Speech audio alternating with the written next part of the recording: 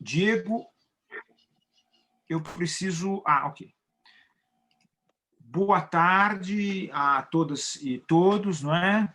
Nós estamos caminhando agora para a quinta sessão do segundo Congresso Internacional da Academia Paulista de Direito. E nós temos, digamos, sido muito felizes, né, com todas as contribuições que têm sido trazidas pelos convidados e convidadas a expor a respeito do tema de nosso encontro neste congresso, que é cidades, democracia, direitos humanos, enfim, a construção efetivamente da ordem internacional e a ordem das cidades, né? Eu, como disse pela manhã, eu acho, Diego, tem algum problema na... Como eu disse pela manhã, nós estávamos com a escolha do tema desse congresso, né, diz respeito a uma questão muito importante, que é justamente a relação entre as cidades e a democracia, né, quer dizer, o nascimento das cidades diz respeito à democracia, mas, por outro lado, ele também tem uma oportunidade, porque aqui no Brasil nós estamos vivendo as eleições municipais, né? E, em geral, nós ficamos um pouco distraídos da importância do espaço público das cidades, não é? Nós ficamos mais atentos às questões mais abstratas, nacionais, de um país tão grande como o Brasil, não é? Mas, apesar dessa atenção maior nessas questões nacionais, é claro, é evidente que as questões fundamentais estão na cidade, nos locais, nos lugares em que nós encontramos ou criamos as nossas raízes, não é? E é claro que muitos de nós temos a possibilidade de deslocamento, de encontrarmos, digamos assim, muitos espaços, né, de comunicação em várias localidades do mundo, mas para a grande maioria da população mundial, né, essas raízes são encontradas em lugares periféricos, tendo em vista a concentração de riqueza, ou sequer encontram um lugar para fincar as suas raízes, como nós vimos na sessão anterior a respeito da questão da movimentação dos povos, as migrações, os refugiados, e o modo como os tribunais e os estados têm interpretado a legislação e as normas internacionais a esse respeito. Mas agora, na sessão da tarde, nós vamos ter a presença dos pesquisadores e pesquisadoras da academia, não é? Não apenas de São Paulo, mas de fora de São Paulo, inclusive da Europa, e vamos ter a presença de dois professores muito queridos, não é? Que são o professor Luiz Fernando do Vale de Almeida Guilherme, né? Um querido amigo, um professor maravilhoso, com vários textos publicados, um trabalho maravilhoso, sobretudo ligado aos meios voluntários, autônomos de resolução de conflitos, não é? Mas não apenas nessa área, em outras áreas muito importantes também. E o professor Luiz Fernando de Almeida Guilherme vai, em breve, fazer parte da Academia Paulista de Direito, por duas formas, né? A primeira delas é que ele vai coordenar, junto com o professor Vives, por sugestão do próprio professor Luiz Fernando, uma questão importantíssima relativa à questão das consequências da pandemia para as relações obrigacionais, né? Nós estamos vivendo uma crise no momento gerada pela pandemia, mas as consequências dessa crise são muito importantes, né? Importantes não apenas para a sobrevivência, a vida das pessoas, mas também nos aspectos do desenvolvimento sustentável, e ele vai coordenar isso conosco. E o segundo professor é o nosso querido Henrique Rabelo, que é do Rio de Janeiro, e ele está entre os pesquisadores da Academia Paulista de Direito, né, com um trabalho muito importante sobre a diversidade. Ele coordena na Ordem dos Advogados do Rio de Janeiro, do Brasil, a seção do Rio de Janeiro, a área de diversidade, assim por diante. Mas também nós teremos a professora Patrícia, não é? E o professor Danilo Tosetto, não é? Que são todos nossos queridos amigos da academia, membros da academia, né? Por meio dos núcleos de pesquisa que estão ligados às várias cadeiras da academia, no caso deles, especificamente, à cadeira Santiago Dantas, da qual sou titular. Né? Então, eu vou dar preferência para a nossa querida professora, a doutora Patrícia Pinto Alves, não é? Porque ela está lá em Lisboa, em Portugal, confortavelmente sentada num sofá muito bonito aí, não é? E ela vai, então, falar sobre a sua submissão, que é a OPEP e a Revolução Petrolífera, Quid Iuris, não é? É uma contribuição importante. Eu queria agradecer a ela. Professora Patrícia, tem a palavra. Muito boa tarde a todos. Antes de mais, quero agradecer à Academia Paulista de Direito, mais especificamente na pessoa do Sr. Professor Dr. Alfredo Atier, e ao Dr. Celso, que coordena o Núcleo de Pesquisa em Direitos Humanos, o qual tenho a honra de apresentar o tema OPEP e a Revolução Petrolífera no Médio Oriente. O que diz o direito? Quid iuris. Para o efeito, e se estiver a falar muito depressa, por favor, chamem-me a atenção, pretendo compartilhar convosco uns pequenos apontamentos que eu fiz. Com licença. Por favor. Toda a gente consegue ver a tela, por favor? Sim. Muito bem. Dando início, então, à apresentação, sugiro que, neste trabalho de investigação, o que eu pretendi basicamente fazer foi o seguinte: realçar a importância da OPEP, sendo que a OPEP é a Organização dos Países Exportadores de Petróleo, e tentar fazer a sua correlação com os direitos humanos, ou seja, mais especificamente, os inconvenientes que a situação petrolífera pode ter nos direitos humanos. O petróleo é a palavra-chave desta temática.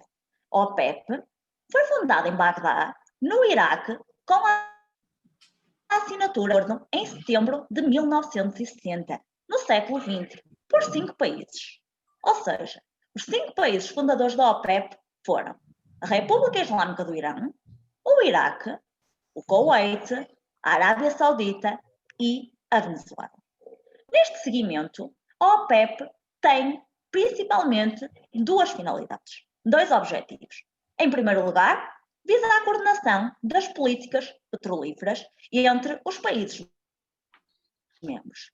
Em segundo lugar, visa a salvaguarda da prática de preços justos e do fornecimento eficiente e da regulação do petróleo para as nações consumidoras, ou seja, para as nações que compram, entre aspas, o petróleo aos países membros da OPEP. Posto isto, historicamente falando, foi fundado um fundo específico para fomentar o desenvolvimento internacional preservado pela OPEP. Sendo que, dentre os países membros do Médio Oriente, como dizemos em Portugal, Oriente Médio, como creio que vocês dizem no Brasil, os maiores produtores de petróleo atualmente são a Arábia Saudita, o Irã, que é o Irão, como dizemos em Portugal, o Iraque, o Kuwait, os Emirados Árabes Unidos, o Catar e, por fim, o Bahrein. A participação do Médio Oriente é muito relevante na produção petrolífera, segundo dados estatísticos que pesquisei atuais. Porquê? Porque, numa escala mundial, o Médio Oriente detém a produção petrolífera de 64%.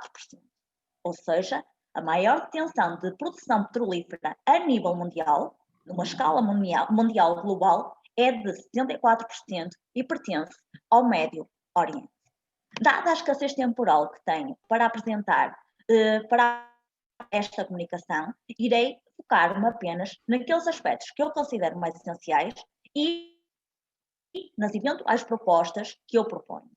A problemática ao nível do petróleo na atualidade e da sua eventual exportação por parte dos países do Médio Oriente, e daí ter intitulado este trabalho por OPEP e a Revolução Petrolífera no Médio Oriente, é de que, e tendo em consideração o defendido por um interessante e conhecido analista, que é Edward Morse, os altos preços terão favorecido a comercialização de uma quantidade excessiva petrolífera, o que agora estão prontos para ser colocados no mercado. Mas, atenção, porque julgo eu que tal aumento de produção de petróleo crudo pode ser manifestamente ineficiente e até desnecessária, na medida em que haverá uma maior dificuldade para o seu escoamento, para o escoamento do petróleo. Posto isto, e avançando, atrevo-me mesmo a afirmar que a tendência é de que todos os países consumidores de petróleo venham a consumir cada vez menos o petróleo, devido às preocupações ambientais atuais, preocupações climáticas e também porque o petróleo é um bem escasso, ou seja, é um bem não renovável, pelo que penso que não será de todo impensável, diga-se assim, substituirmos ou arranjarmos formas alternativas de substituirmos o uso recorrente do petróleo por energias alternativas. Por exemplo, podemos sempre recorrer atualmente aos carros elétricos, que são menos poluentes, tendo em conta o meio ambiente, e também são mais baratos neste momento, na Europa pelo menos.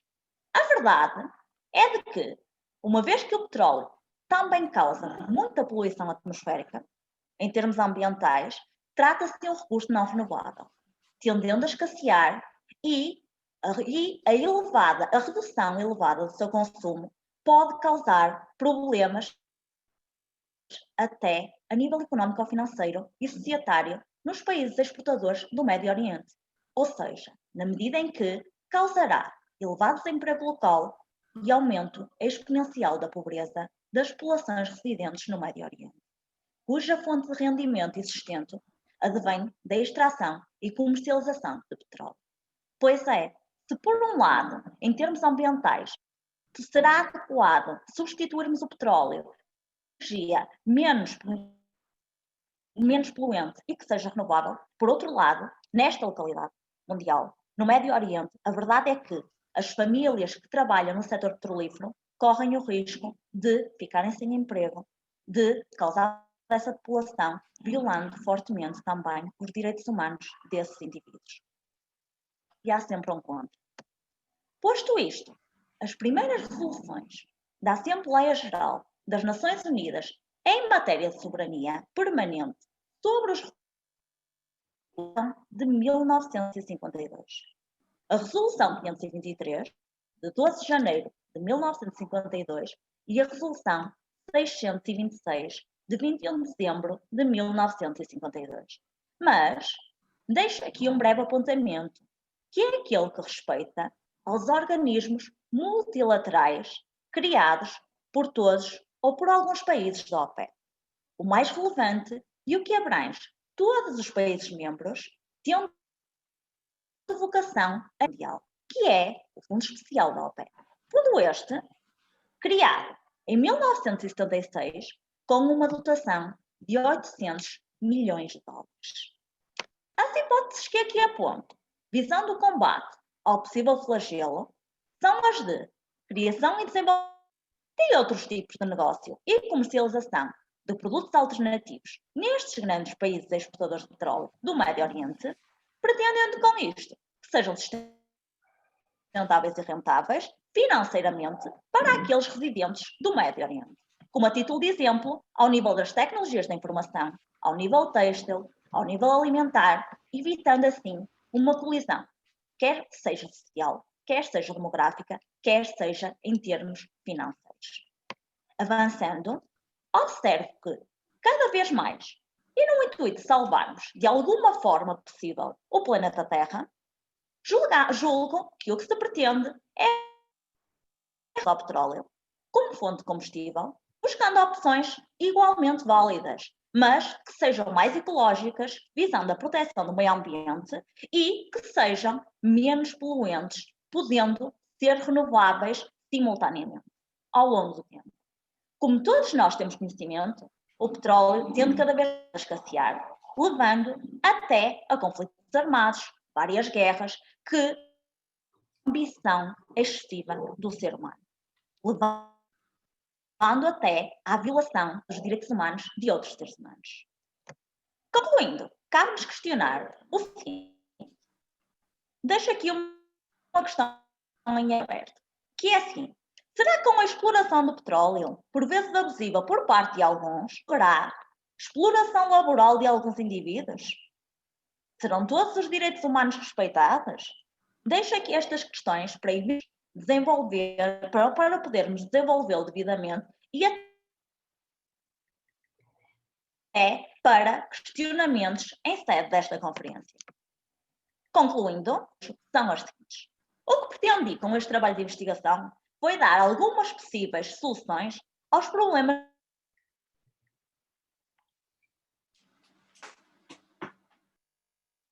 Travou.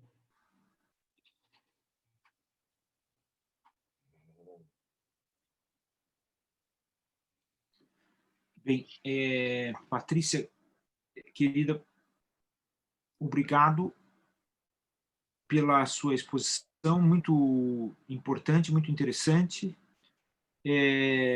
no que diz respeito a essa questão do petróleo, né? Hoje, a Patrícia faz parte do Centro Internacional de Direitos Humanos de São Paulo, que eu coordeno, sou coordenador acadêmico e dirijo, porque esse centro está ligado à minha cadeira na Academia Paulista de Direito, e ela tem trabalhado com essa pesquisa, tem se esforçado nessa pesquisa para a questão dos direitos humanos, não é? Mas, como a academia possui um núcleo específico a respeito do direito à energia, que é um dos temas mais importantes de evolução do direito, né? A professora Patrícia vai deixar o grupo de direitos humanos e vai passar a trabalhar nesse grupo de direito à energia, porque é extremamente importante, tem a ver com a questão do desenvolvimento sustentável, a sustentabilidade dos meios de energia e assim por diante, com os quais a professora Patrícia, evidentemente, tem uma relação mais próxima, né? Muito diferente dessa questão dos direitos humanos e da democracia, que é o tema da minha tese internacional, que sairá agora em novembro na Europa publicada e no início do ano que vem nos Estados Unidos. Então, eu queria agradecer muitíssimo à professora Patrícia pela exposição, não é? E pela disposição de participar do congresso lá de Portugal. A diferença é de 4 horas, portanto, ela já está lá perto das 8 horas da noite. Agora, sem mais, agradecendo essa importante exposição a respeito da questão da busca do entendimento da regulação da Organização dos Países Exportadores de Petróleo, eu passo a palavra ao pesquisador da academia, Danilo Tosetto. Danilo, bem-vindo também, é um prazer tê-lo aqui participando do nosso evento. Por favor. Olá, o prazer é todo meu. Tá me ouvindo? Certo? Por favor. O prazer é todo meu. Boa tarde, quero agradecer à Academia Paulista de Direito pela oportunidade. Quero desejar uma boa tarde a todos e a todas. Uma boa tarde ao doutor Alfredo Atier. E vou me apresentar, primeiramente, me apresentando. Meu nome é Danilo Tosetto, sou graduado em Direito, trabalho em cadeia há mais ou menos 8 anos aqui em São Paulo. Sou fruto também de cursinhos populares, como o Uniafro, aqui de São Paulo, que eu conheci recentemente, e tenho grande admiração pelo trabalho que é feito. E vou direto ao tema do meu artigo produzido para o Congresso. O meu tema, ele tem relação direta sobre... ele se refere, ele tem referência a uma intersecção entre o Estado brasileiro e o crime organizado, que é uma realidade que dá para se ver empiricamente no cotidiano das periferias aqui de São Paulo, principalmente. Esse tema ele é voltado à criminologia. Como a criminologia é uma ciência social, empírica e interdisciplinar, eu acabei buscando, recortando algumas teorias da criminologia para estar incluindo e estar definindo melhor os parâmetros do meu trabalho, do meu projeto. São essas a teoria do consenso e a teoria do conflito, que ontem e hoje também vários pesquisadores, doutores, fizeram referência. E dentro dessas duas teorias eu pensei a teoria da associação diferencial criada pelo norte-americano Sutherland, que define o crime como um fruto de convenções sociais.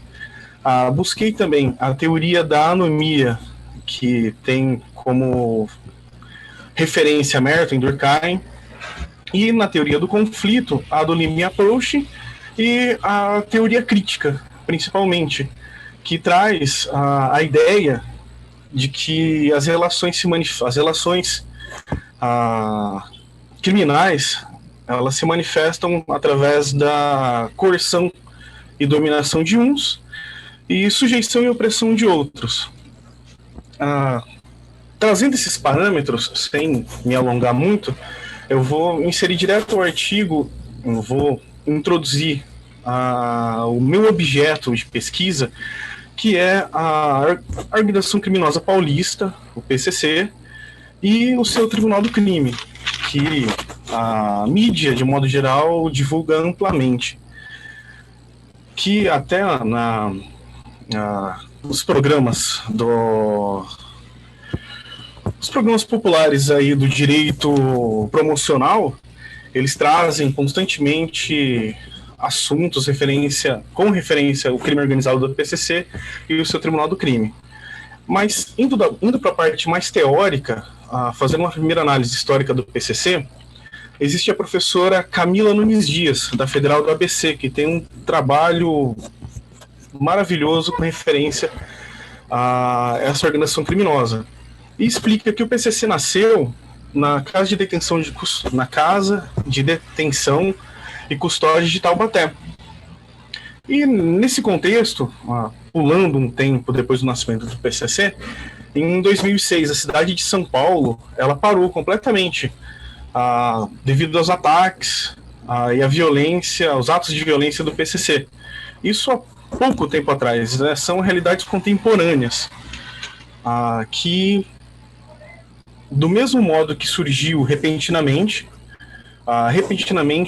também cessou esses ataques e violência, esses ataques do PCC naquele momento, que, segundo contos populares, existe um acordo entre o Estado e a organização criminosa. Contudo, segundo uma reportagem do jornal O Estado, o delegado Luiz Ramos Cavalcante, ele declarou que houve um acordo do Estado de São Paulo com o PCC.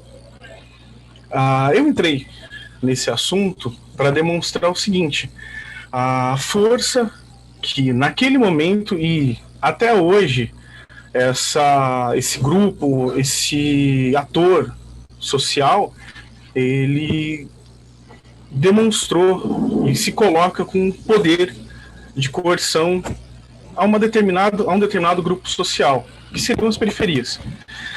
Que, ao meu ver, no meu artigo eu escrevo sobre isso, é um resultado das falhas sociais e estatais, que, exagerando, forçando um pouco a teoria de Raul Zaffaroni, a teoria da co-culpabilidade do Estado, forçando, mas não errada, forçando um pouquinho, mas não deixando ela errada.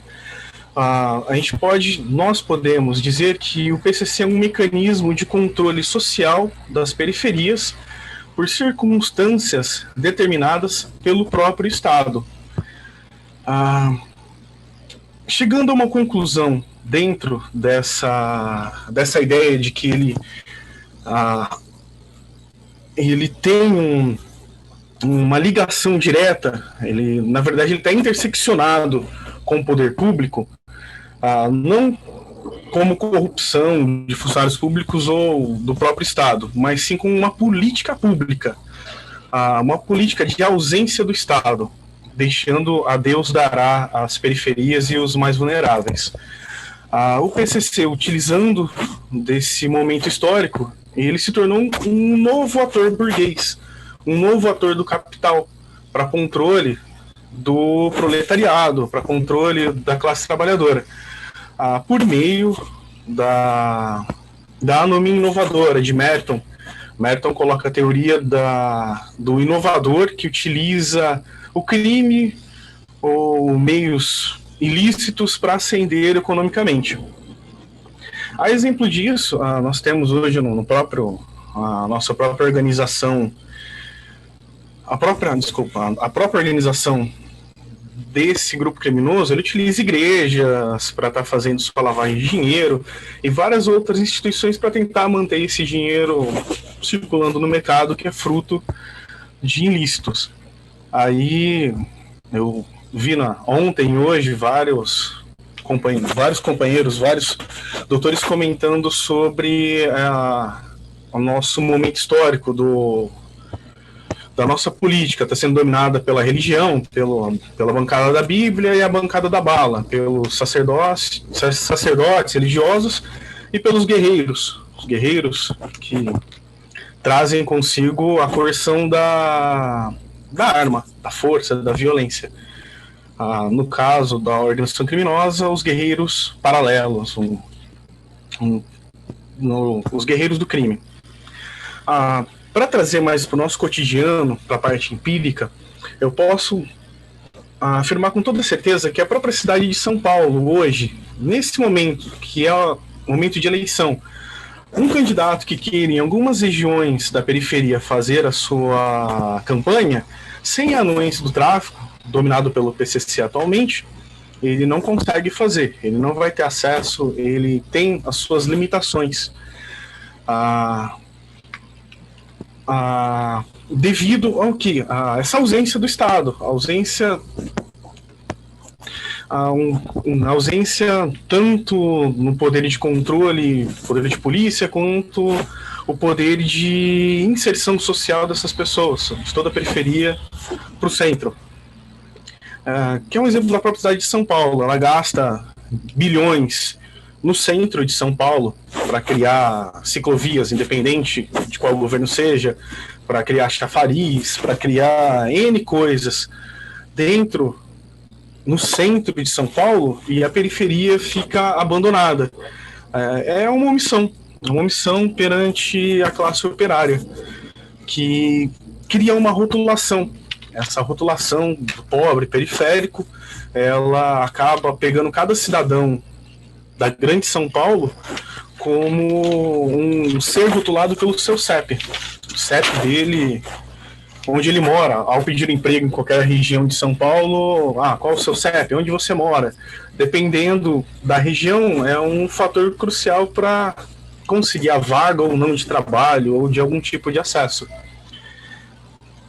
Nesse contexto, ontem o professor Renato Giannini Ribeiro, ele trouxe uma ideia que eu achei fantástica, achei maravilhosa, que ele me ensinou sobre o medo e a incerteza de um futuro, que direcionou algumas pessoas para o fascismo contemporâneo, que, ao meu ver, ele chegou a esse ponto devido à dominação da força do capital, que o próprio professor Dr. Renato, ele comentou sobre essa força de dominação do capital, que hoje, além de algumas outras forças que temos aí, da religião ou dos guerreiros, o capital ele consegue influenciar todo esse contexto.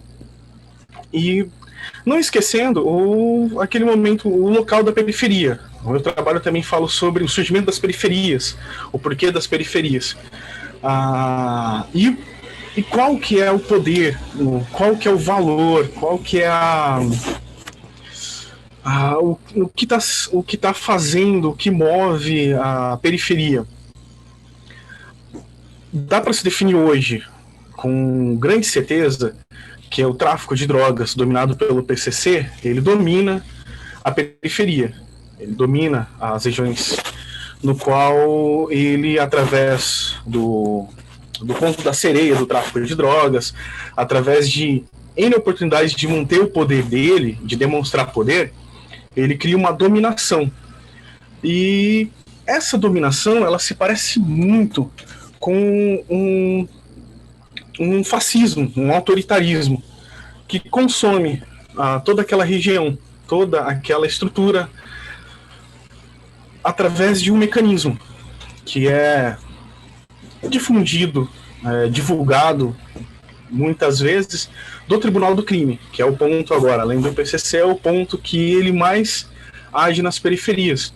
Esse tribunal de exceção, esse tribunal fascista de exceção, que é o Tribunal do Crime.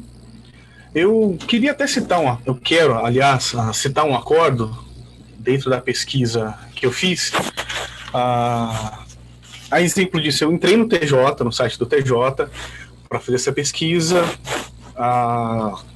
no campo de pesquisa Tribunal do Crime, Tribunal do PCC, e ele me listou uma quantidade enorme. E eu peguei um espaço amostral do ano de 2006 ao 2016 ao ano de 2019. E no ano de 2019, especificamente, eu encontrei uma média. Tabulei no Excel e fiz uma média simples, que me veio o seguinte resultado. Por mês, o Tribunal do Crime sentenciou a pena de morte 4 pessoas. Em 2019, a cada mês, 4 pessoas foram mortas por sentenças do Tribunal do Crime.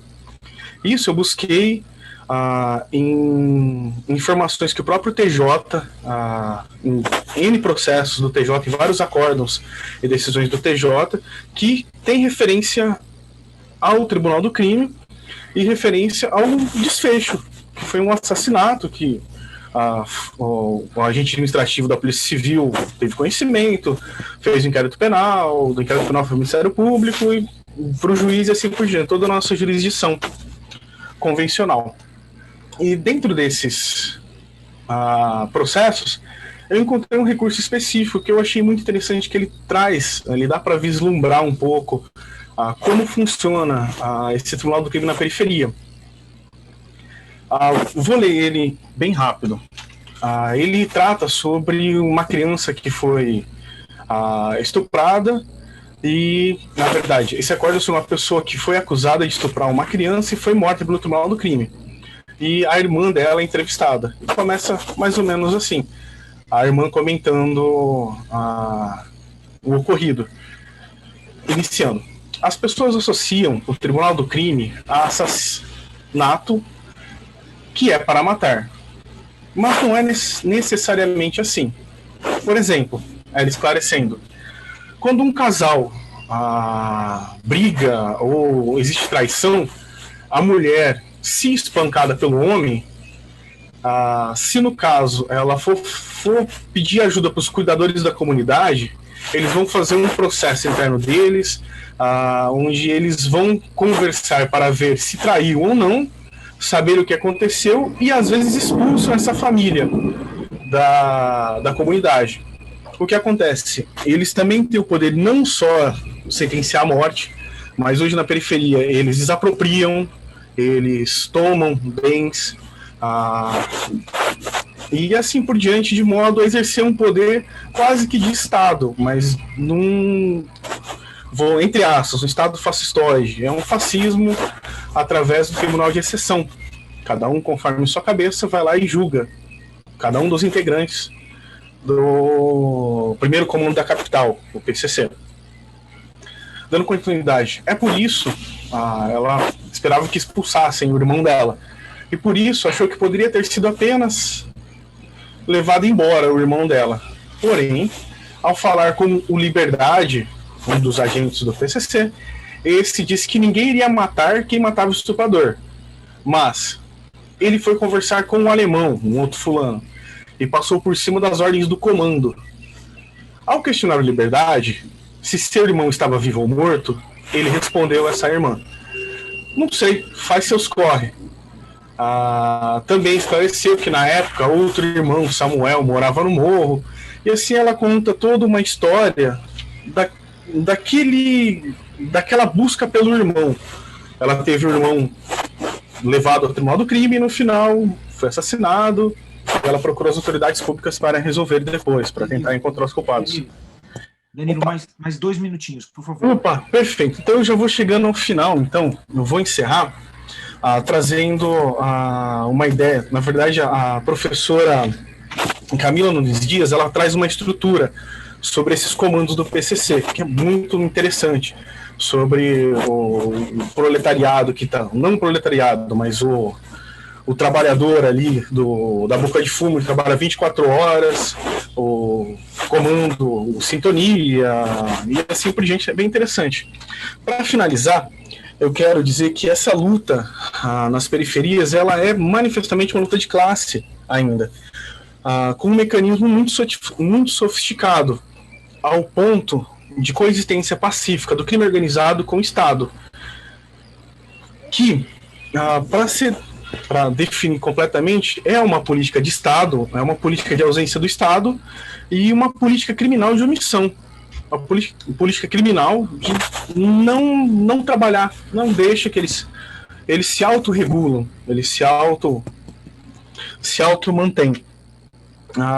E essa omissão se dá com uma desculpa muito cotidiana, dá para ver hoje, para quem está no poder, que fala na reserva do possível. Olha, não tem dinheiro para isso, não tem dinheiro para aquilo, mas para gastar bilhões com besteira, tem. Besteira que eu falo, nem é besteira na verdade, são voltados ao público-alvo deles, né? E, por fim, esse fascismo e autoritarismo, ele mantém a periferia na miséria e ele vai continuar mantendo a periferia na miséria. E é isso, não sei se eu consegui me expressar muito bem as ideias, mas eu tô um pouquinho nervoso, tá? Mas é isso, por fim. Querido Danilo, foi muito bem, tá bem? Gostei muito da sua exposição, sobretudo da sua pesquisa.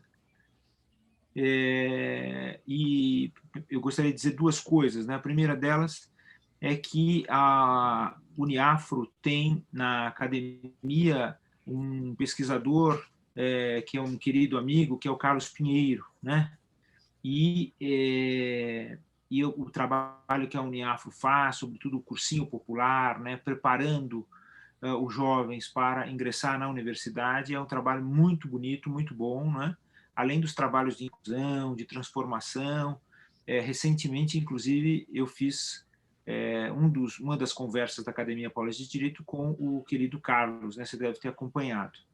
E eu enviei para você aí no nosso chat assim, do evento um convite para que você venha integrar o grupo de criminologia crítica da Academia Paulista de Direito como pesquisador, tá bom?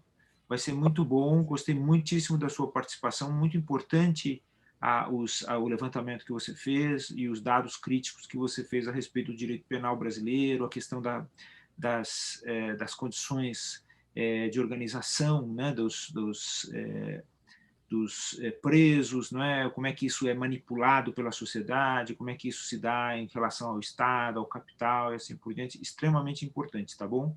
Gostei muitíssimo da sua participação e eu queria dizer a todos que os trabalhos desenvolvidos aqui durante o Congresso vão ser publicados logo, logo, agora em novembro, início de dezembro, mais tardar, num número especial da revista da Academia Paulista de Direito, que é a Polifonia, né? Revista Internacional da Academia Paulista de Direito, entre eles o trabalho do Danilo e da Patrícia também, tá bom? Muito obrigado. Obrigado também. Dito isso, eu gostaria agora de passar a palavra ao meu querido amigo, o professor Luiz Fernando do Vale de Almeida Guilherme, cuja apresentação fiz logo no início, né? E dizer que ele é também da casa, seja muito bem-vindo ao nosso evento, mas sobretudo à Academia Paulista de Direito. E o Luiz Fernando, que além de professor, doutor em Direito e pesquisador, é também um advogado aqui em São Paulo, né? De certa forma, ele é uma espécie de parente, não é? Enfim, descobrimos isso muito recentemente, não é? Ele gosta muito de salientar isso, falando que eu sou o tio dele, mas na verdade nós somos primos, e nessa relação de primos, não é? Ele é um pouco mais velho do que eu. E ele vai falar sobre um tema extremamente importante, que é de sua pesquisa, que é refugiados e meios extrajudiciais de solução de conflitos. Luiz Fernando, bem-vindo. É um prazer tê-lo aqui entre nós. Por favor. Doutor Alfredo, primeiramente eu gostaria de agradecer ao senhor à Academia Paulista de Direito, a sua queridíssima esposa, amiga, brilhante coordenadora, braço direito aí da academia, doutora Roberta Thier, a qual eu tenho um prazer sempre de referendá-la nos nossos encontros. Eu gostaria também de agradecer ao senhor o apoio que tem me dado e já gostaria de convidá-lo, tendo em vista o interesse da academia pelo tema da pandemia e os reflexos obrigacionais que a pandemia vai gerar nos nossos contratos, principalmente civis e de consumo, a questão como vai ficar a revisão, resolução contratual, mediação dos contratos. Eu já tenho um grupo de pesquisa no Mackenzie sobre isso, são 84 estudantes, e já fiz um convite ao senhor para falar conosco 10 minutinhos já essa quinta, tendo em vista o apoio. Já vou convidar o senhor também para prefaciar o nosso trabalho. Tá? Sinta-se, sabe que aqui é assim, a gente vai se falando e vai nascendo, brotando ideias. Bom, o meu tema de hoje, eu gostaria de falar, eu sei que eu tenho 15 minutinhos, não é isso? Não sei se eu interrompi o doutor. Pode falar, pode falar. Tá. O meu tema de hoje, ele nasceu há 3 anos atrás, quando eu fui fazer pós-doutorado na Universidade de Salamanca, e nós tínhamos a questão brutal, que era a questão do Médecins Sans Frontières, um navio da Médecins Sans Frontières, que é uma ONG, recolheu os africanos subsaarianos no Mediterrâneo. O governo da Itália, o governo de Malta, fechou as fronteiras para esses africanos. O governo da Espanha, então, os recolheu. E eu fiz, desde aquela época, vários artigos e vários discursos sobre a mediação e como essa mediação ela tem que surgir. E logo após a realização da palestra para a Academia Paulista de Direito, eu não sei se a doutora Roberta vai passar os slides, o PowerPoint da palestra, mas eu gostaria de dizer o seguinte: a própria ONU já tem utilizado o termo mediação cultural para esses casos de mediação para refugiados. A questão dos refugiados é uma questão de extrema importância e é um dos tratados internacionais mais valiosos que nós temos no mundo, lembrando que o Brasil se retira do Tratado de Refugiados há quase um ano. Então, os refugiados que estão no Brasil, eu vou lembrar aos senhores que esses refugiados, eles estão, hoje em dia, ilegais no país. Ok? Então,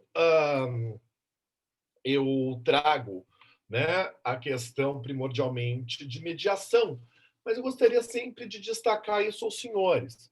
A mediação aí ela tem que ser uma mediação cultural, porque o operador do direito ele tem que saber trabalhar e principalmente trabalhar a questão linguística, porque você não está recebendo meros simples pessoas que não falam sua língua. Simplesmente a pessoa ela além de não conhecer a língua, ela não conhece a cultura daquela outra sociedade. Isso é muito importante, né? Então, o mediador, ele tem esse mediador que eu vou chamar ele agora de mediador cultural. Esse mediador, ele vai trabalhar facilitando o trabalho da comunicação e a relação, inclusive, sobretudo, fazendo com que as partes cheguem a um acordo. Como é que essa população ela vai chegar, né, àquele país e como é que ele vai ser recebido? Então, nós temos a questão brutal. O doutor Danilo Tosetto, que me antecedeu, gostaria de parabenizá-lo pela palestra. O doutor Danilo falou a questão de luta de classe e tudo mais. Doutor Danilo, também estou aqui no Rio de Janeiro, né, trabalhando aqui também, então me sinto muito tranquilo em falar isso, a questão de luta de classes no Rio de Janeiro e no Brasil, e a questão dos refugiados que nós temos no Brasil. O Brasil ele recebeu um sério número de refugiados. Eu vou passar depois para vocês os números. Vocês vão ver gritantemente que o Brasil, ele, em hipótese nenhuma, ele aceita os refugiados, né?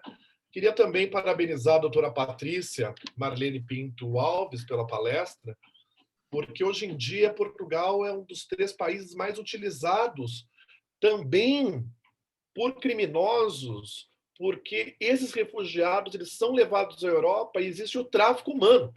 As pessoas elas esquecem disso. O refugiado ele não é meramente algo contrário, ele não é um ônus para o Estado, ele chega a ser bônus para o Estado, porque ele vai trabalhar e essa mediação cultural é muito importante, fazer com que ele seja abraçado, abarcado naquela sociedade. No slide anterior, o objeto que eu trouxe em relação ao refugiado é exatamente o que a Convenção da ONU ela trata, né? Ou seja, o que é refugiado? É a pessoa que, em razão de fundados temores de perseguição, veja, fundados temores de perseguição, não é mero e simples, a pessoa está com medo, não. Se realmente ela não precisa ter uma arma na cabeça, ela simplesmente não está se sentindo bem naquele país. Então, temores de perseguição devido à sua raça, religião, nacionalidade, associação de determinado grupo social, opinião política, encontra-se fora de seu país de origem e, por causa dos ditos temores, não pode ou não quer regressar ao seu estado. Porque uma pessoa que sai do seu país e vai para outro não faz isso porque está feliz. Ela faz isso por conta desses temores que eu acabei de dizer para os senhores, né? Então, o refugiado ele vai ter esse direito de não ser devolvido ao seu país, ok? Ele não pode ser deportado. E todos os países que assinaram a Convenção da ONU de 51 têm um juiz no aeroporto. A partir do momento que a pessoa ingressa no aeroporto, ela pode falar: eu me dou por refugiado, e o aeroporto não pode deportar. Essa a questão. É direito da pessoa, é direito humano da pessoa. É isso que a gente está esquecendo hoje em dia, ok? Vou passando para vocês, mas essa palestra é uma palestra que eu gosto bastante, porque é um tema que a gente não tem tratado no Brasil. Nós estamos com tantos problemas no Brasil que nós estamos esquecendo dos estrangeiros. Lembrando que os brasileiros natos, que são os índios, nos aceitam aqui. Ou aceitaram, não, mas meus avós foram imigrantes. Ora, chama-se refugiado. Ok? Então, isso é bastante importante nós lembrarmos desses pontos importantes que nós estamos passando nos dias atuais. O próximo ponto que eu vou retratar, né, dentro disso é os conflitos atuais que nós estamos vivendo, né? Ou seja, só na África, eu não digo, eu já fui para vários campos de concentração, os refugiados são tratados em campos de concentração, questão do Líbano, da Síria, questão do Golfo da Guiné, no Togo, no Benin, mas esses são os principais conflitos que nós temos hoje em dia, né? Não vou citar todos, mas muito por conta da religião. A gente vê a questão do Boko Haram na Nigéria, o Brasil aceitou alguns refugiados da Nigéria. O doutor Alfredo deve lembrar que eu tinha um grupo de professores que lecionava português para os refugiados. Essa escola também ainda existe. A questão do Sudão do Sul, que é o país mais pobre, talvez, do mundo, né? Imagina algo nesse sentido na África. E lembrando que o Rio de Janeiro, o Colégio Britânico, aqui na Real Grandeza, ele tinha um bom trabalho com os refugiados, né? Só para os senhores vislumbrarem o que são os campos de concentração, né? O Mianmar, que eu também estive presente, que é um problema religioso dos budistas contra os muçulmanos, fez com que houvesse o maior êxodo do século XX. Quase 500 mil refugiados do Mianmar ingressaram em Bangladesh, né? Então, vamos passar alguns registros de refugiados, tá? A próxima PowerPoint, vocês vão ver aí o que são os refugiados, principalmente a saída da Síria, ok? Pode passar. A saída da Síria, e esse é um campo na Turquia, tá? Essas pessoas querem ingressar na Europa via Turquia. A Turquia recebe uma grande ajuda da União Europeia por conta dos refugiados, ok? A próxima, a gente vai ver a questão aí dos refugiados já ingressando via antiga Iugoslávia, Montenegro, tá? Então, vejam, antigamente nós tínhamos, né, o grande refúgio da Europa no século XX foi o refúgio da Bósnia e da Sérvia, a questão do Kosovo, e agora vocês veem que essas pessoas não estão deixando as outras ingressarem, né? O outro é uma questão da Síria também, a outra foto, a saída de Damasco, é uma coisa impressionante essa foto, né? A outra é outra foto da Médecins Sans Frontières, que vejam como é que as pessoas elas são tratadas no meio do Mediterrâneo, né? Elas se jogam no mar, e a gente vai ver os números, tá? Essa palestra ela é etnográfica, eu vou passar os números para os senhores vão reparar a brutalidade, porque muitos refugiados eles jogam as crianças e, na verdade, acaba se perdendo da família. Os pais preferem que elas vão viver na Europa, sejam adotadas por famílias europeias, porque realmente não tem como a família toda ir para a Europa, ok? Então, aí a gente tem alguns pedidos de ajuda, fotos, mais duas. Pode passar essa. Tem as crianças que se sensibiliza muito, né? Eu fui dessa palestra no Líbano e os libaneses eles receberam 3 milhões de sírios, lembrando que o Líbano hoje em dia tem 4 milhões de habitantes. E eu disse para eles, mas o Brasil já recebeu 7 milhões de libaneses. Então veja que também é do povo libanês a imigração, né? E aqueles que estão lá acabam não gostando, mas não tem jeito. Então a gente tem a última foto aí de um pedido de abertura de cabeça, né? Abra seu coração, né? Por conta da Síria, ok? Vamos para os dados analisados pelo CONARE, gente, tá? Então, o que é isso, né? Nós temos no Brasil o Conselho Nacional de Refugiados, tá? Pode passar que o dado etnográfico os senhores vão ver. Em 2016, foram analisadas 10.308 solicitações. Os senhores vão vislumbrar que das 10.308, né, solicitações, só foi reconhecido 942, ou seja, menos de 10%. Ok? Então, assim, a grande maioria, eu estou falando do que foi analisado. O que foi analisado são 20%. A pessoa não tem dinheiro para comer, como é que eu posso não me pronunciar, né? Então, veja, o tempo de demora é de 2 anos, e se a grande maioria, o refugiado, voltou para o país de origem, ou foi reassentado em outro país, ou perdeu a perda da condição, ou seja, ele não quer mais ser refugiado. A situação no Brasil, a análise do CONARE deve ser tão ruim que o cara fala, não, eu prefiro voltar para o meu país, né? houve a reunião familiar, ou seja, das 10.308 solicitações, o Brasil só se pronunciou em 942. Pode passar. E esses imigrantes, eles vêm da onde, né?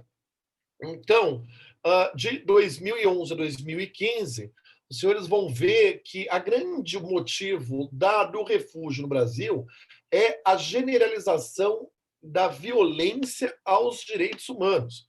Ou seja, 51,1% é isso, ok?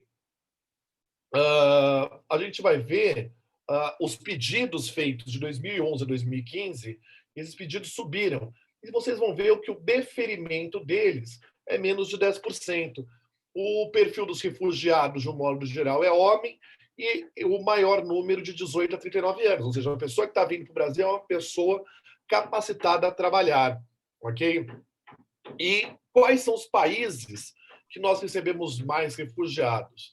Principalmente Síria, Angola, República Democrática do Congo. Né? Não sei quem já alocou carro em aeroporto de Guarulhos, ou do Rio, ou de Congonhas. Vocês vão reparar que tem muita gente do Congo trabalhando lá. Né? Questão da Colômbia, assim por diante. Hoje em dia a gente tem também muito da Venezuela. Eu fiz aí um apanhado histórico de refugiados pelo mundo, que é o próximo negócio, o próximo slide, mas, ou seja, né, o que já se passou historicamente de refugiados pelo mundo, ok? Não vou analisar tudo, mas o Brasil já ingressou na lista de refugiados do mundo quando nós tivemos a ditadura militar. Ou seja, muita gente se exilou do Brasil durante o regime militar, grande parte por conta da repressão do modelo militar, né? Que hoje em dia as pessoas estão querendo o modelo de volta, tá? Ou seja, as pessoas esqueceram que muitas pessoas se exilaram no Brasil por conta disso, tá?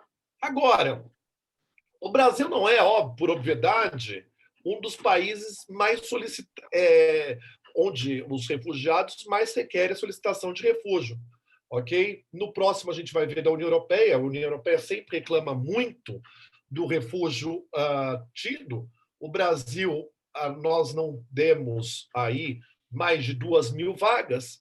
O país que mais aprova é a Alemanha, com quase 48.000.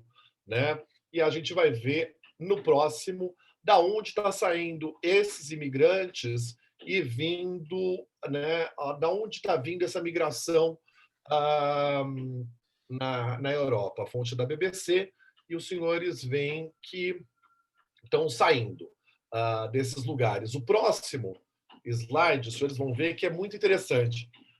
A Europa recebe paquistaneses, recebe 10.000 paquistaneses, mas vejam quantos o Paquistão está recebendo por ano de refugiado. O país que mais recebe refugiado no mundo é a Turquia, e recebe porque a União Europeia bloqueia a Turquia para que não ingresse na Europa. O segundo é o Paquistão, o terceiro é o Líbano, porque vem da Síria. O Irã recebe muita gente das antigas repúblicas soviéticas. A Etiópia, por causa do Sudão do Sul. Veja, o primeiro país que vai receber de primeiro mundo é a Alemanha. Vamos para o próximo, né? Que a gente tem toda a questão da migração do Mediterrâneo, como funciona. Veja, as chegadas de pessoas e as mortes. Em 2016, já o crescimento das mortes no Mediterrâneo. Morre-se quase 10.000 pessoas hoje em dia ou naufrágio de barquinho, ou sufocada, acidentes que acontecem, quase 10.000 pessoas, gente, não é brincadeira. Só que esse ano as coisas mudaram por causa da pandemia. Então eu trouxe um dado interessante, que hoje em dia, e por conta dos governos totalitaristas, que principalmente Malta e Itália, as pessoas elas estão tentando ingressar por Portugal. A Espanha, o governo o Sánchez, ele é esquerdista, mas para não perder a questão do apoio popular, ele também está fechando as fronteiras. Pode passar, eu sei que meu tempo já esgotou, viu, doutor Alfredo? Então, por conta da crise atual, A maioria do refúgio está indo para a Grécia, para uma ilha que eles estão mantendo essa ilha exatamente ali, a ilha chama Lesbos, né? Eu não vou nem trabalhar a questão da mitologia de Lesbos, mas a grande questão são os depoimentos que as pessoas estão dando, ou seja, os afegãos estão dando lá, ou seja, nós temos uma guerra no Afeganistão, nós temos medo do Talibã, ok? Mas a vida que nós temos aqui não é decente. Nós temos aqui uma prisão. Então, os relatos são esses. Ou seja, não é um tratamento humanitário, ok? Então, quais são as principais barreiras que o refugiado vai ter? E essas barreiras que o mediador cultural ele tem que saber, pode passar, que é exatamente isso, né? Olha, a Grécia recebe 800 milhões de euros por ano para tratar de refúgio, né? Não é para colocar gente, e está aí todo o suporte que a Grécia recebeu em 2019, né? Então, assim, é insuficiente, mas do jeito que as pessoas estão sendo tratadas, também não é suficiente.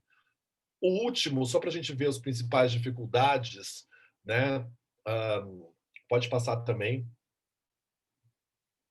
As principais dificuldades legais aí, né? A primeira questão, a morosidade legal nesses países, em tudo, suporte psicológico, o bullying que as crianças têm que enfrentar com os europeus, de modo geral, e a grande questão da barreira da língua e cultural. Por isso que eu estou tratando isso de mediação cultural, fazer com que o operador do direito ele possa trabalhar a mediação para facilitar essas regras. Mas para que ele possa trabalhar como mediador, ele tem que ser um defensor dos direitos humanos. Uma pessoa que não gosta de gente e não entende o que é direito humano, não entende o que é dignidade da pessoa humana, ele não tem condição de trabalhar para ou com refugiado. Ok? Porque a grande questão é trabalhar o multiculturalismo nisso. Isso é um trabalho multidisciplinar. Ok? Então, para terminar a palestra, como é que mediação, né? Pode passar. Como é que a mediação ela pode ajudar, né? Então, a primeira questão, pode passar também, a primeira questão é como o mediador ele vai trabalhar os interesses das partes. Eu não sei se vocês lembram, eu tentei até achar uma questão sobre isso, mas no Brasil, um juiz da Síria, ele montou ele faz esfirras no Bom Retiro, e hoje em dia, o Bom Retiro é um bairro na cidade de São Paulo, e é tido como a melhor esfirra do país, doutor Alfredo. Tenho que ir lá conhecer o colega do senhor Sírio, né? Ou seja, isso pode acontecer com todos nós, a gente tem que lembrar disso, os direitos humanos servem exatamente por conta disso. Então, o mediador ele tem que encontrar esses interesses, tentar analisar os interesses ocultos, ser um formador de opinião e saber falar outras línguas. Isso é muito importante para o mediador cultural, ok? Já estou terminando, é a última, pode passar, é a última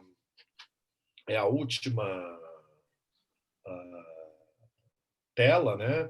Então, a grande questão aí é a cooperação. É a pessoa que vai dar o emprego, é a pessoa que vai receber, é a pessoa que vai fazer com que haja esse senso, né? Fazer com que essa mediação ela gere uma comunicação entre as partes, e que aquele que está vindo se sinta acolhido. Um dado que é muito triste é que a mediação na Europa ela movimenta em fundos da União Europeia nem 2 bilhões de euros. E a Catedral de Notre Dame de Paris já recebeu 4 bilhões. Então, vejam aí a importância das vidas humanas e como isso tem sido analisado pelos países de primeiro mundo. Mais uma vez, eu quero agradecer ao doutor Alfredo Atier, meu irmão siamês, vamos assim dizer. A doutora Roberta pelo convite, e eu passei um pouquinho do horário, mas eu gostaria muito de agradecer esse convite, o que me honrou profundamente, e permaneço à sua disposição ou para perguntas ou para novos projetos. Obrigado. Luiz Fernando, muito obrigado pela sua exposição, né? Muito assim emocionante, né? E sobretudo essa sua defesa não apenas da cooperação internacional, mas sobretudo da constituição de um meio que seja eficaz para a execução e a plenitude dessa cooperação, né? Que é a mediação cultural, né? Muito bom.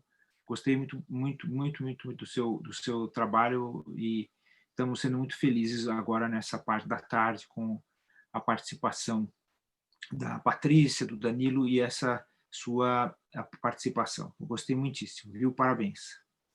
E agora eu gostaria de chamar o meu também querido amigo professor no Rio de Janeiro, da Universidade Federal, e que é um pesquisador desde o início dos trabalhos do Centro Internacional de Direitos Humanos de São Paulo, da Academia Paulista de Direito, que é o Henrique Rabelo, né? Ela já está há 2 anos na academia, e é sempre um motivo de satisfação para mim, um prazer enorme rever o Henrique, né? Uma pena que, devido à pandemia, nós não tenhamos tido a oportunidade de nos rever, né, depois do curso maravilhoso que foi o curso de Direitos Humanos da Academia, do qual o Henrique participou, né, dando uma aula maravilhosa, né, como sempre, né, a participação do Henrique é sempre brilhante. E eu queria agradecer muito a presença do Henrique e a participação dele no nosso 2º Congresso Internacional da Academia Paulista de Direito, e convidá-lo a fazer a sua palestra, né, sobre os corpos dissidentes e o direito à cidade, Rio de Janeiro e repressão às paradas de orgulho LGBTI+. Henrique Rabelo, obrigado pela sua presença. Você tem a palavra. Alfredo, boa tarde a todas e todos. Primeiro, é uma honra estar aqui, né? Eu acho que, inevitavelmente, esses tempos excepcionais, eles têm, claro, as suas questões para as quais a gente não estava preparado, mas, por outro, a gente consegue ou estar construindo, buscar ferramentas para se conectar de outras formas, né? E, inevitavelmente, né, a minha apresentação hoje aqui no Congresso, ela se conecta muito à abertura de ontem, foi uma abertura muito bonita, né? E eu acho que tem alguns pontos que o professor Alfredo e o professor Renato Giannini Ribeiro trouxeram com relação à democracia, que eu acho que, inevitavelmente, tangenciam um trabalho que eu vou discutir hoje, né? Que eu pretendo discutir com todas e todos aqui. Né? Então, já parabenizo a academia, já parabenizo o professor Alfredo, a doutora Roberta, por esse trabalho incrível que tem levado, né, junto à Academia Paulista de Direito. A Academia Paulista de Direito, hoje, ela se destaca nacionalmente, internacionalmente, como uma das maiores instituições em defesa da democracia, dos direitos humanos, né? O Centro Internacional dos Direitos Humanos da Academia Paulista de Direito tem trazido diversas discussões que muitas vezes a própria academia apresenta uma resistência, né, a discutir esses temas. Então, eu acho que está aí o caráter independente da Academia Paulista de Direito, né, da cadeira Santiago Dantas, né, que é ocupada pelo professor Alfredo, né, o Centro Internacional de Direitos Humanos, que tem um papel fundamental na discussão sobre direitos humanos no Brasil na atualidade. E o trabalho que eu apresento hoje, ele vem como uma decorrência, né, da linha de pesquisa Memória e Direitos Humanos, que foi desenvolvida durante a Academia Paulista de Direito, né, numa perspectiva de discutir a cidade a partir de alguns eixos, né, dentre os quais a memória. Né? Ou seja, em que medida pensar o direito à cidade hoje, né, que não se circunscreve a pensar o direito à cidade numa perspectiva do direito urbanístico, mas sim dos direitos humanos com o direito urbanístico, né, implica em pensar determinados corpos ou determinadas orientações sexuais ou identidades de gênero que são invisibilizadas pela própria estrutura da cidade, né? Então, quando a gente vai pensar nas primeiras discussões, né, atuais, né, ou contemporâneas, inevitavelmente a gente lembra da reforma do Boulevard Haussmann em Paris, né, a partir de um projeto do Barão Haussmann, que preparou Paris para efetivamente o século XX, mas que teve consequências como, por exemplo, afastar determinados grupos sociais que habitavam aquelas regiões para os subúrbios de Paris, né?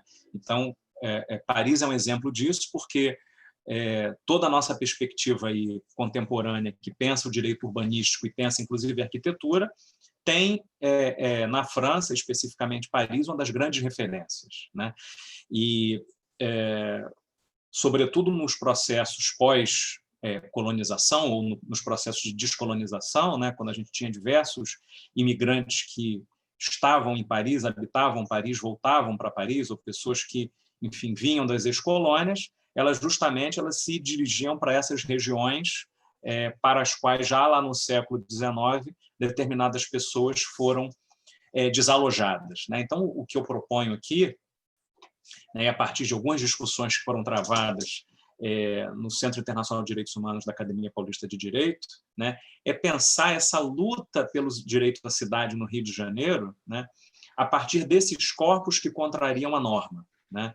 Então, uma das nossas hipóteses aqui é que esses corpos, né, ou essas pessoas, elas passam da repressão ao reconhecimento, que tem aí na sua forma de construção de visibilidade as paradas do orgulho, né, que funcionam aí numa perspectiva da democracia como uma forma de ampliar essa cidadania, né?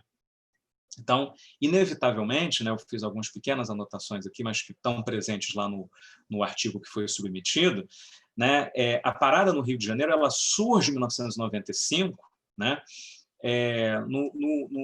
com o objetivo inicial, né, de ocupação da cidade, de ocupação dos espaços públicos, na medida em que essas pessoas, né, e aí eu trago uma perspectiva Foucaultiana, né, ou elas eram alijadas do espaço público porque classificadas como pessoas perigosas, então elas iriam para as cadeias, então existe uma criminalização, né, da orientação sexual e da identidade de gênero, ou, por outro lado, eram afastadas para os nosocômios, para os hospícios, para os manicômios, porque impossíveis de conviverem com outras pessoas, ou seja, elas eram observadas, né, sobre a ótica da anormalidade. Então, Foucault vai discutir isso no Nascimento da Clínica, vai discutir isso nos Anormais, ou seja, como é que a construção, né, de determinados corpos na perspectiva da criminalidade ou na anormalidade vão se constituir ao longo do tempo, né?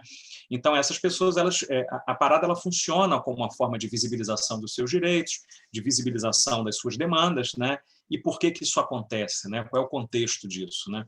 Então, eu trago aqui um grande pensador que vai orientar o direito urbanístico, né, que é o Henri Lefebvre, né, e para o Henri Lefebvre, né, francês, o que ele propõe é que a cidade ela é estruturada numa perspectiva de poder, né? Então, a sociedade ela tem que ser visualizada, concebida, né, a partir das esferas econômica, política e social, né?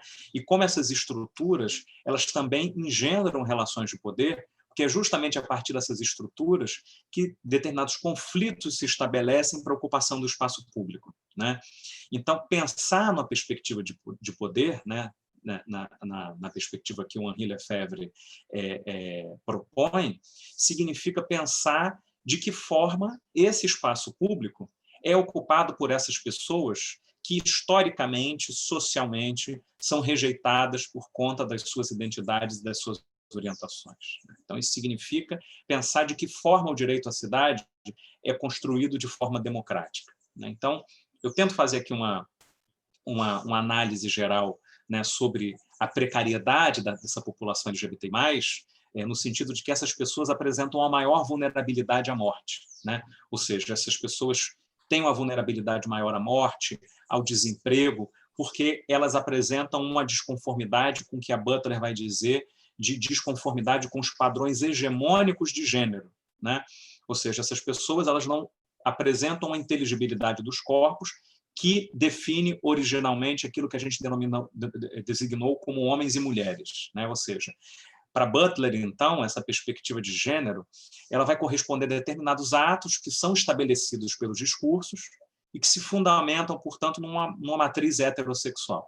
Ou seja, é essa matriz heterossexual que vai ser reproduzida pela lei, né? E que, de forma conseguinte, vai se reproduzir nas relações de poder, né? Ou seja, gênero e sexualidade percebido como atos performativos e, portanto, atos de linguagem e, portanto, atos de discurso, estarão inseridos em determinados discursos, né, que vão ser orientados pelo que Butler vai denominar de normas reguladoras do sexo.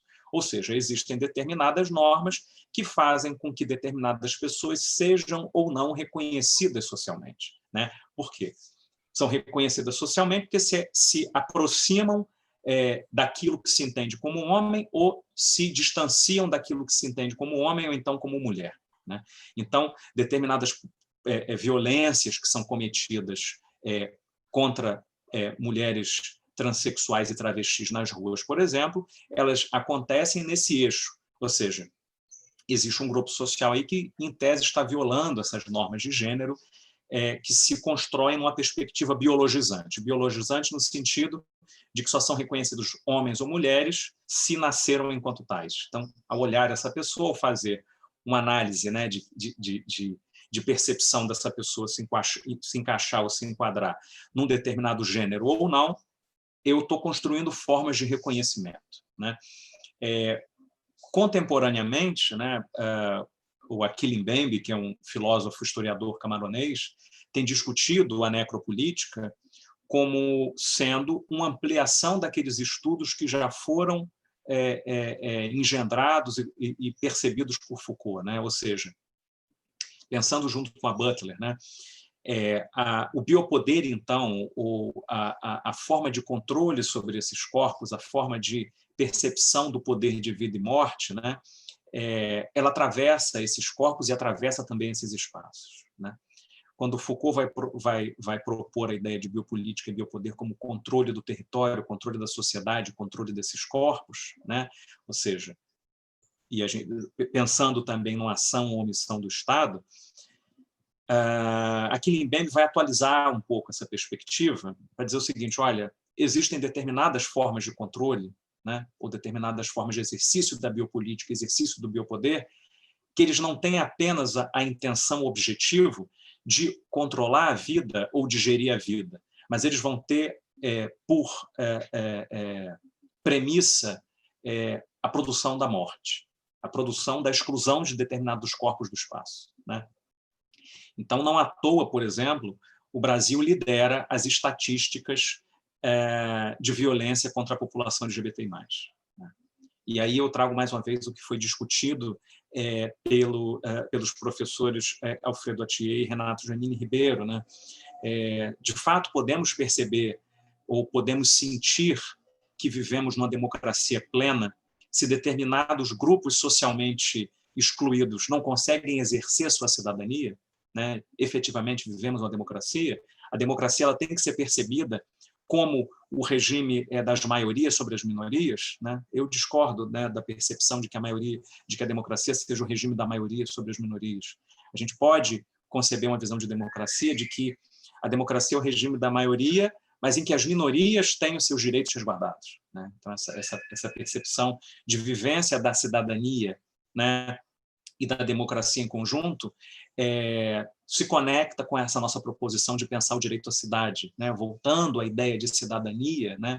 A ideia dos gregos e dos romanos especificamente, né? Ou seja, aquela pessoa que habita a cidade, que tem os direitos resguardados e protegidos porque habita e convive naquele espaço, né? Se essas pessoas LGBTI+, sobretudo travestis e transexuais, estão incluídas nesse índice alto de assassinato, o Brasil lidera o ranking internacional de assassinato de pessoas travestis e transexuais, significa, portanto, que essas pessoas não só são subrepresentadas politicamente, mas não têm um livre exercício pleno da sua cidadania, né? Então, pensar a cidade de hoje significa pensar essa impossibilidade de vivenciar essa cidadania, né? não porque haja uma ação específica do Estado para matar essas pessoas, mas, sobretudo, porque existe ausência de políticas públicas para incluir esses corpos dissidentes no contexto democrático, no contexto de pensar a cidadania, né? No contexto de pensar o papel do Estado de incluir essas pessoas num projeto efetivo de democracia participativa ou de democracia em que todas as pessoas sejam ali partícipes num processo de efetivação dos seus direitos.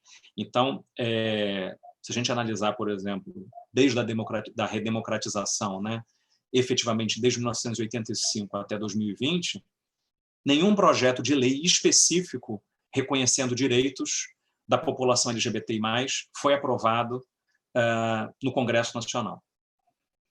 Vários projetos foram apresentados, mas a cada legislatura esses projetos têm que ser arquivados, né?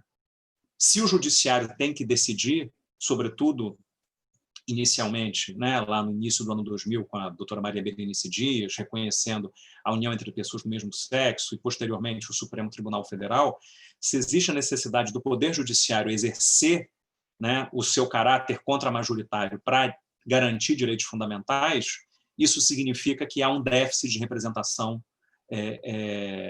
desses grupos numa perspectiva dos direitos fundamentais, né? Então, a gente tem uma questão democrática que precisa ser debatida, né?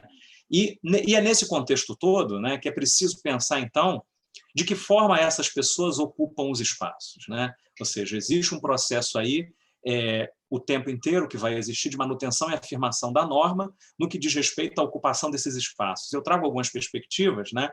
Porque, como aponta João Silvério Trevisan, né, que nos deu a honra aí de participar do estabelecimento do Centro Internacional de Direitos Humanos, né, João Silvério já vai fazer uma perspectiva histórica e aponta que desde as ordenações do reino, né, ou seja, aquela coleção de leis produzidas em Portugal entre os séculos XV e XVI, né, que incluem as ordenações afoncinas, manuelinas e filipinas, né, essas próprias ordenações, elas, ao criminalizarem, né, a diversidade de orientação sexual e de gênero, né, classificando, portanto, aqueles comportamentos que divergem da heterossexualidade como sodomia, vão estabelecer as relações entre igreja e Estado nessas colônias a partir de uma percepção da criminalização. Somente vai ser revogada em 1830, né, com a entrada em vigor do Código Criminal, né, e é justamente nesse momento, né, que a homossexualidade ela deixa de ser crime e é classificada, então, como ato obsceno ou atentado ao pudor, né? Ou seja, ela é percebida a partir de um critério subjetivo moral para a classificação desses atos que tem na polícia, a partir do Código Criminal de 1830, no capítulo relacionado a ofensas, religião, moral e bons costumes, como sendo a instituição, né, a polícia enquanto instituição, para caracterizar esses comportamentos como atos obscenos, ilegais ou não, né? Então, tanto a gente tem um diálogo aí muito profícuo entre James Green e João Silvério Trevisan nas suas obras, né, que vão justamente apontar como a polícia, né, ela vai substituir, né, as ordenações reais ao longo do século XIX e século XX para a criminalização dessas orientações sexuais e identidades de gênero, né? Então, a gente, no século XIX e no século XX, né, a gente destaca, por exemplo, personagens como João do Rio, né, que vai ser um grande cronista do Rio de Janeiro, e que era um homossexual e que tratava da homossexualidade nas suas crônicas, né? Então, ele vai falar um pouco de como se dá essa construção, a vivência da homossexualidade no espaço urbano do Rio de Janeiro, mas ali no limite da ilegalidade e no limite da tensão, né? Então, eu tento trazer um pouco no artigo uma discussão de como isso vai se estabelecendo, né? Ou seja, como essas tensões vão se estabelecendo entre a necessidade de vivências individuais, né, e os espaços públicos, né? A partir de 1964, com o golpe civil-militar, né, existe aí uma renovação dessa ideia de moralização do espaço público no Rio de Janeiro, né, em que a polícia, mais uma vez, ela tem um papel de destaque para perseguir homossexuais e travestis no Rio de Janeiro, né? Embora a homossexualidade não fosse crime, né, a prática homossexual era enquadrada enquanto vadiagem, né? Ou seja, a gente observa uma ingerência da polícia como efetivamente controladora dos costumes, né? Da moral e dos bons costumes, né? Nesse contexto aí que surge o jornal Lampião de Esquina, que começa a dar visibilidade a essa violência que a população LGBTI+, sofria no Rio de Janeiro, né? Em que homossexuais, travestis e prostitutas, todos eram entendidas e entendidos como violadores da lei e da moral, né? E aí sofriam diversas violências, né? E culminando, por exemplo, com detenção dessas pessoas por meio de operações que eram engendradas no Rio de Janeiro, que se destacava, por exemplo, o delegado Beraldo Padilha, né? Ou seja, existia uma intervenção policial no espaço público com o objetivo de afastar aqueles corpos dissidentes, com o objetivo de afastar aquelas pessoas que se desviavam da norma, de uma norma socialmente estabelecida, para que, então, aquelas pessoas, enfim, fossem, ao serem afastadas, atuassem de forma a reiterar essa norma, né?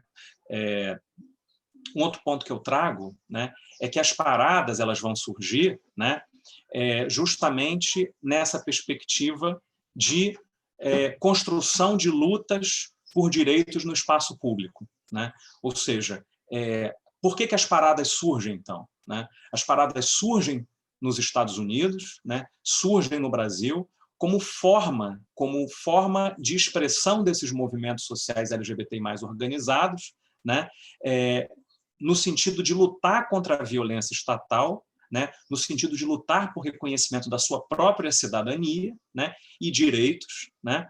E aí destaca-se, por exemplo, Regina Facchini, que é uma das grandes pensadoras do movimento LGBTI+ no Brasil, e que vai dividir o movimento LGBTI+ por ondas, né? Ou seja, pensar o movimento LGBTI+ por ondas significa pensar a construção desse movimento numa perspectiva de luta por direitos. Então, efetivamente, se a gente for pensar dos anos 80 para cá, né, o que a gente observa, né, sobretudo a partir de quando surgem as primeiras paradas nos anos 90, no Rio de Janeiro, 1995, é que a grande luta foi pela construção de políticas públicas de HIV/AIDS, né, construção de um sistema, efetivamente, que se integrasse ao Sistema Único de Saúde para tratar aquelas pessoas travestis, transexuais, homossexuais, que tinham sido contaminados e contaminadas pelo vírus HIV, né, já que o tratamento custava uma fortuna, né, que se vai efetivar, portanto, aí no governo Fernando Henrique Cardoso, com o ministro José Serra à frente, em que houve a quebra de patentes. O ministro das Relações Exteriores, então, era o ministro Celso Laffer, né? Ou seja, o Brasil leva essa demanda à Organização Mundial do Comércio e consegue, então, quebrar essas patentes de remédio HIV/AIDS e se consegue, portanto, a partir do segundo governo Fernando Henrique Cardoso, o estabelecimento de uma política pública para tratamento de HIV/AIDS, né? Também no segundo governo Fernando Henrique Cardoso, que a pauta da união estável entre pessoas do mesmo sexo entra no segundo Plano Nacional de Direitos Humanos. E nos governos subsequentes Lula e Dilma se constrói efetivamente uma política pública voltada para a população LGBTI+. Essa política pública, ou essas políticas públicas, efetivamente, elas se constroem por meio desses movimentos de tensão e luta por reconhecimento, que tem nas paradas uma grande expressão de visibilidade. Ou seja, as paradas ou a ocupação do espaço público, ela se torna uma estratégia de visibilização da agenda LGBT de forma semelhante ao que outros movimentos sociais vinham fazendo no Brasil, né? Ou seja, a ocupação e visibilidade desses corpos significa, ao fim e ao cabo, uma reconstrução da narrativa, uma reconstrução simbólica, uma ressignificação desses corpos, né, em que se luta pela não violência, se luta pela possibilidade de ocupação daqueles corpos da mesma forma como as pessoas heterossexuais ocupam os espaços públicos, né? E, mais do que isso, pela inclusão desse tema na agenda de políticas públicas brasileiras, né? É inacreditável, né, que, desde a redemocratização, apenas em 2011, que o Estado, efetivamente, foi apenas em 2011 que o Estado, efetivamente, se preocupou em elaborar um relatório de violência contra a população LGBTI+. Ou seja, todos os relatórios de violência contra a população LGBTI+, hoje, eles são produzidos por organizações não governamentais. São produzidos por ativistas individuais, militantes de direitos humanos, muitas delas ocupantes de territórios periféricos. O que se observa, portanto, é que existe aí uma intersecção entre as lutas, né, do movimento LGBTI+, mas também de pessoas que vivem nas periferias, né?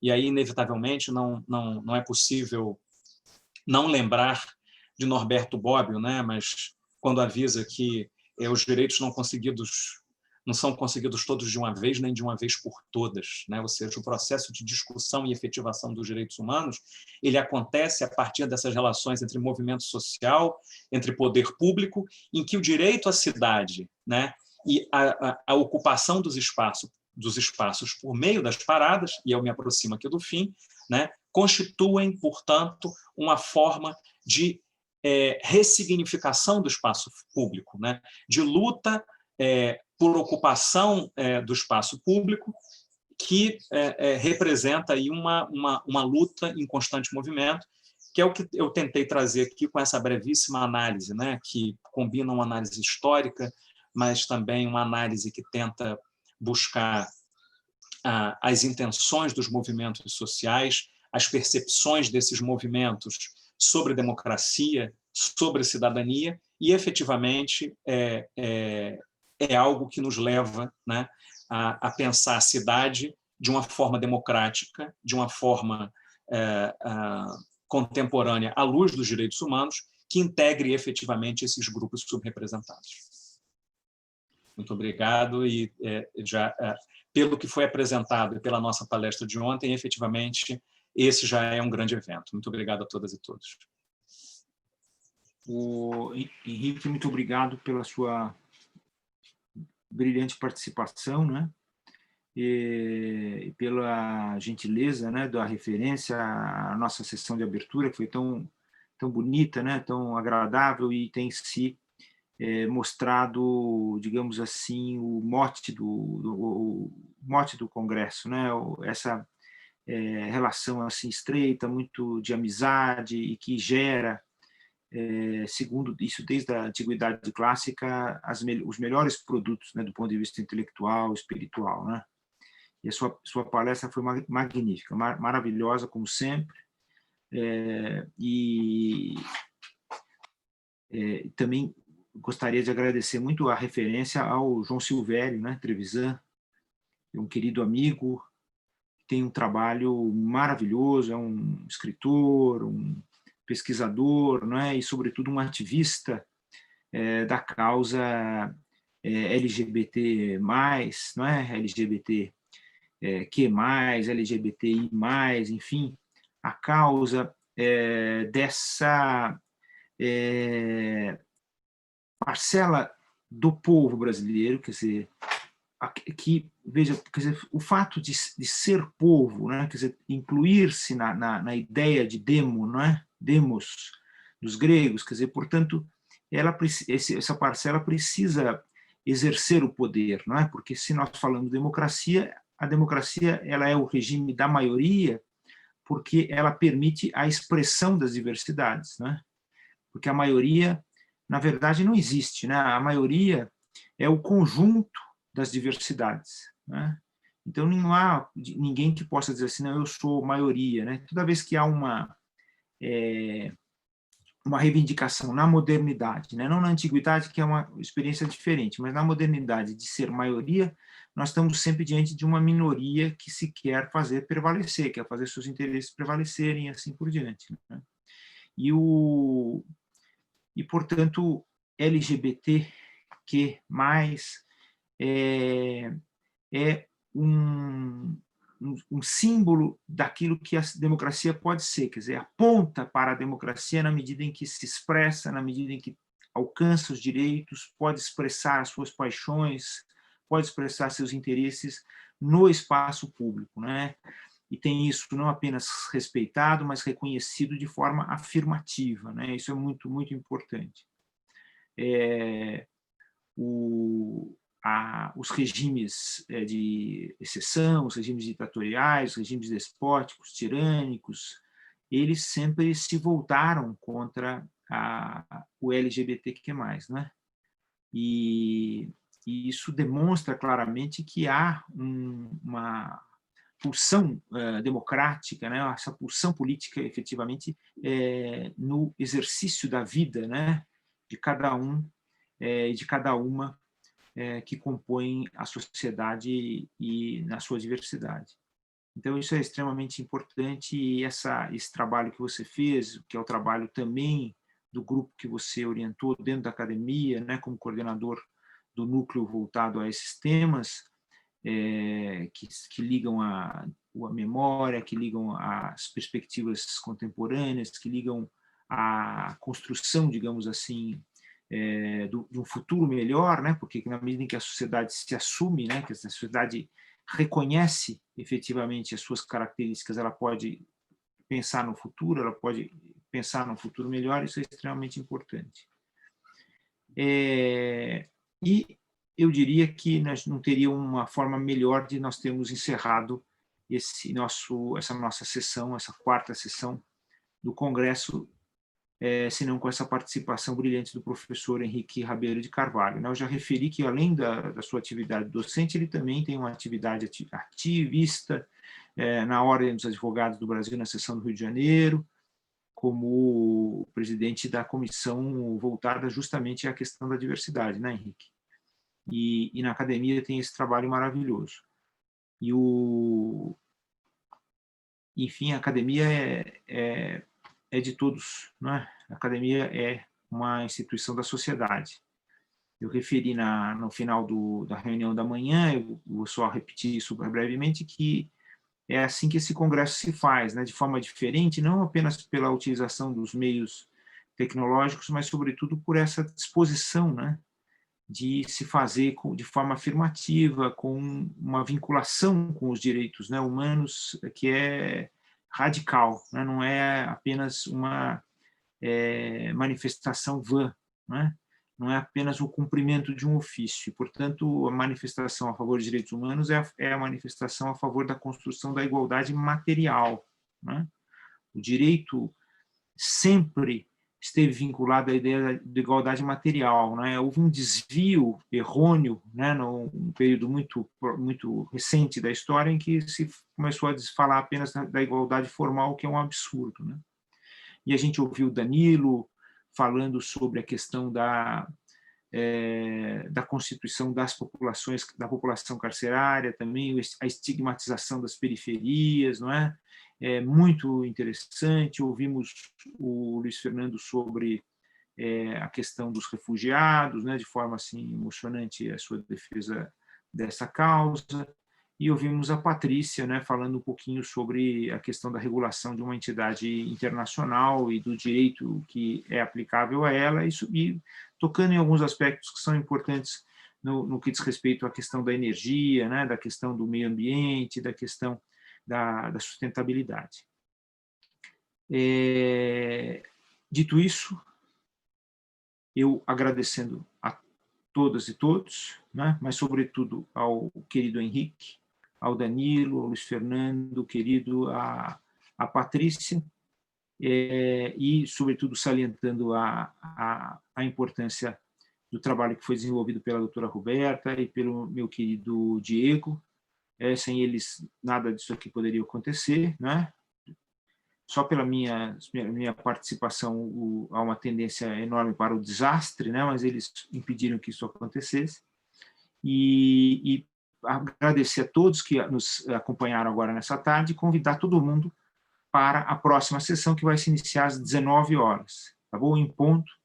E nós vamos discutir outras questões fundamentais relativas à mobilidade, e eu acho que interessam a todos aí igualmente nesse percurso sobre a cidade, a democracia, né, a construção dos direitos humanos. Henrique, Danilo, Luiz Fernando, Patrícia já se foi lá em Portugal dormir, né, porque já é tarde por lá. Muito obrigado, foi um prazer enorme encontrá-los, conhecer o Danilo e rever o Henrique e o Luiz Fernando, tá bom? E eu pediria ao Diego, que tem o poder, que ele, então, nos colocasse fora do ar e nós voltaremos às 19 horas.